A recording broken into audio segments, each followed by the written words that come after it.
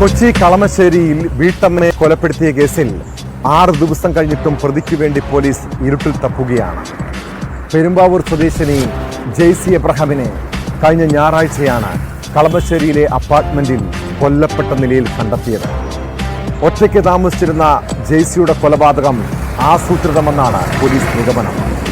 സംഭവ ദിവസം ഇവരുടെ അപ്പാർട്ട്മെന്റിൽ വന്ന യുവാവിനെ കേന്ദ്രീകരിച്ചാണ് അന്വേഷണം മുന്നോട്ട് നീങ്ങുന്നത്.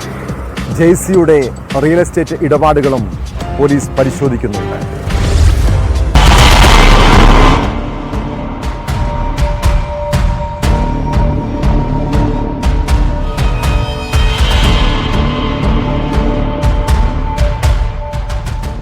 കളമശ്ശേരിയിലെ അപ്പാർട്ട്മെന്റിൽ കഴിഞ്ഞ ഞായറാഴ്ച രാത്രിയാണ് ജെയ്സി എബ്രഹാമിനെ മരിച്ച നിലയിൽ കണ്ടത്. കാനഡയിൽ ജോലിയുള്ള ഏകമകൾ അമ്മയെ ഫോണിൽ വിളിച്ച് കിട്ടാതായപ്പോൾ പോലീസിനെ വിവരമറിയിക്കുകയായിരുന്നു. പോലീസ് എത്തി വാതിൽ പൊളിച്ച് അകത്ത് കയറിയപ്പോഴാണ് മൃതദേഹം കണ്ടെത്തിയത്. ജെയ്സിയുടെ മൊബൈൽ ഫോൺ കണ്ടെത്താനായില്ല. ഇത് കവർച്ച ചെയ്യപ്പെട്ടതാണോ എന്ന് പോലീസിന് സംശയമുണ്ട്. തിങ്കളാഴ്ച വൈകിട്ട് ലഭിച്ച പോസ്റ്റ്മോർട്ടം റിപ്പോർട്ടിലാണ് തലക്കേറ്റ ക്ഷതമാണ് മരണകാരണം എന്ന് അറിയുന്നത്. മുഖം വികൃതമായിരുന്നു.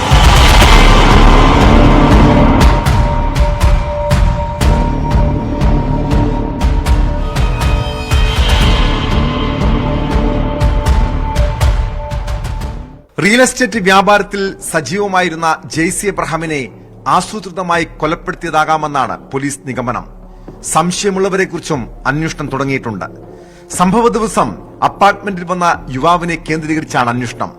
ഇയാൾ ഹെൽമറ്റ് ധരിച്ചാണ് വന്നതെങ്കിലും വാഹനത്തിലല്ല, നടന്നാണ് വന്നതെന്ന് സമീപവാസികൾ പറയുന്നു. അപ്പാർട്ട്മെന്റിൽ ഒറ്റയ്ക്ക് താമസിച്ചിരുന്ന ഇവർക്ക് സമീപവാസികളുമായി കാര്യമായ അടുപ്പമുണ്ടായിരുന്നില്ല.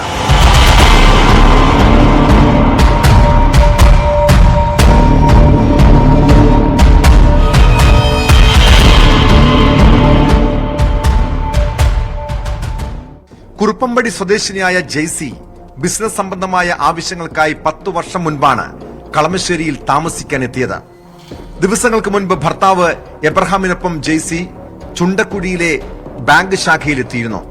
എബ്രഹാം ഇടയ്ക്കിടെ സ്ഥലം, വീട് കച്ചവടങ്ങൾക്കായി ഇടനിലക്കാരനായി ചുണ്ടക്കുഴിയിൽ എത്താറുണ്ടെന്ന് നാട്ടുകാർ പറഞ്ഞു. സംഭവം നടക്കുന്ന ദിവസം ഭർത്താവ് എബ്രഹാം ഇവർക്കൊപ്പമായിരുന്നില്ല.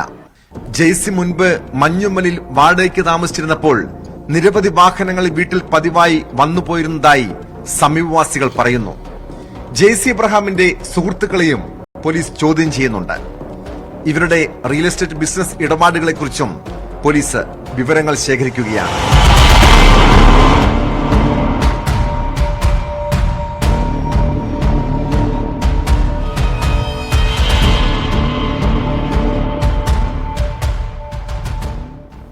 ന്യൂസ് 18